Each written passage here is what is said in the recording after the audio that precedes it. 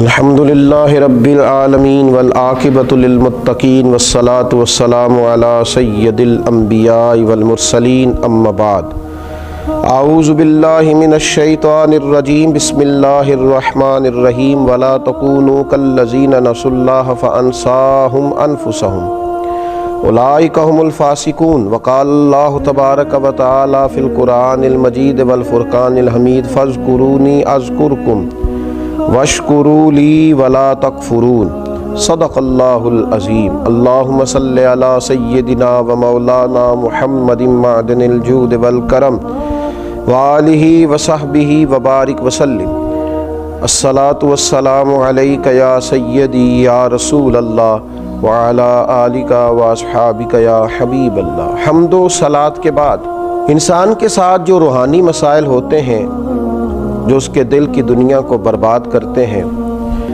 اور اس کے باطن کو اجاڑ دیتے ہیں، ان میں سے ایک بڑا مسئلہ، ایک بڑی بیماری نسیان خالق ہے۔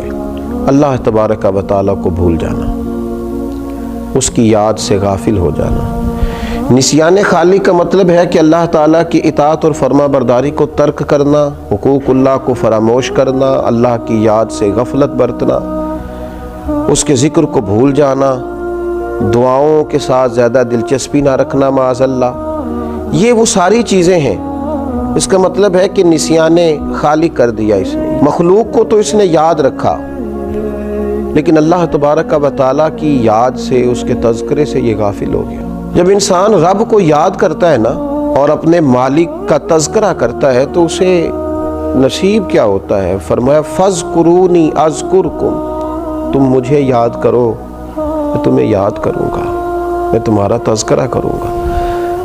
حضرت عبداللہ ابن عباس رضی اللہ تعالیٰ عنہ ارشاد فرمایا کرتے کہ اللہ تبارک و تعالیٰ ارشاد فرماتا ہے کہ تم فرما برداری کر کے مجھے یاد کرو اور میں اپنی امداد کے ساتھ تمہیں یاد کروں گا۔ تم اللہ تبارک و تعالیٰ کی یاد اگر تنہائی میں کرو گے تو رب کریم بھی تمہیں تنہائی میں یاد کرے گا، اور اگر تم جماعت میں اس کا ذکر کرو گے تو وہ اس سے بہتر جماعت میں تمہارا ذکر کرے گا۔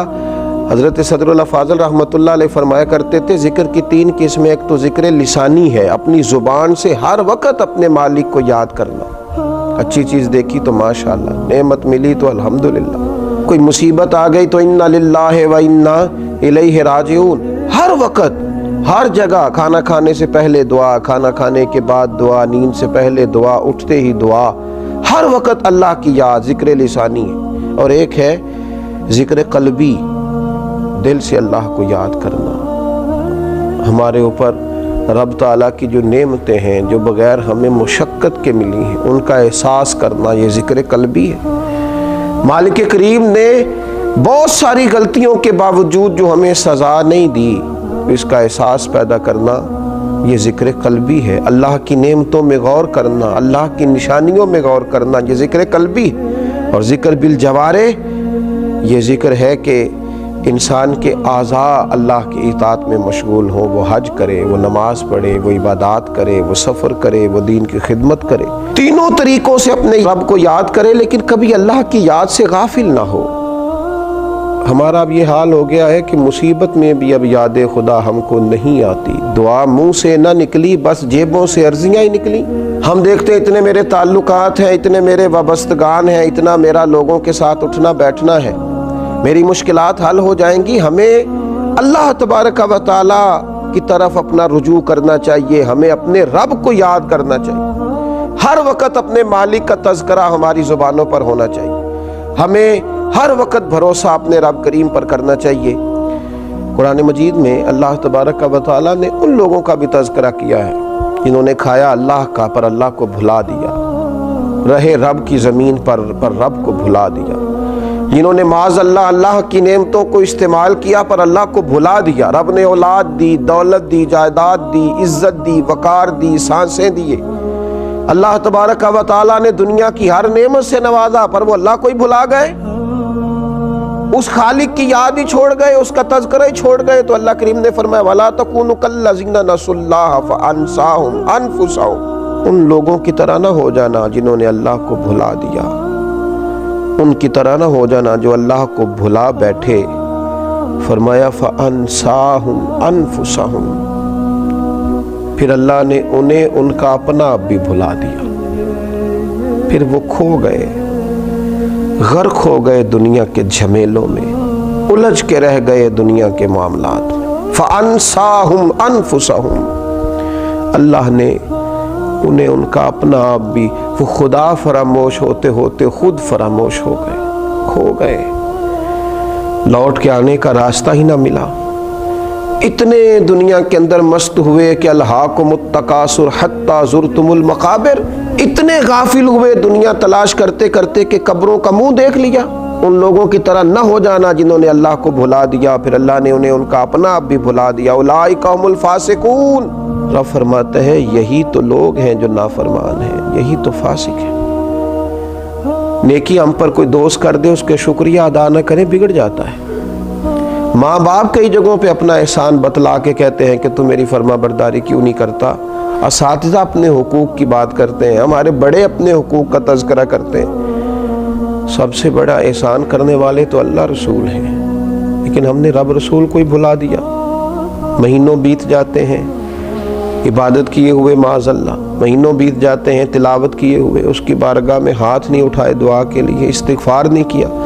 میرے نبی پاک صلی اللہ تعالیٰ علیہ وسلم نے ارشاد فرمایا، آپ ذرا ان لفظوں کا جلال دیکھیں، ان کے اندر جو تنبیہ ہے اس تنبیہ کو دیکھیں۔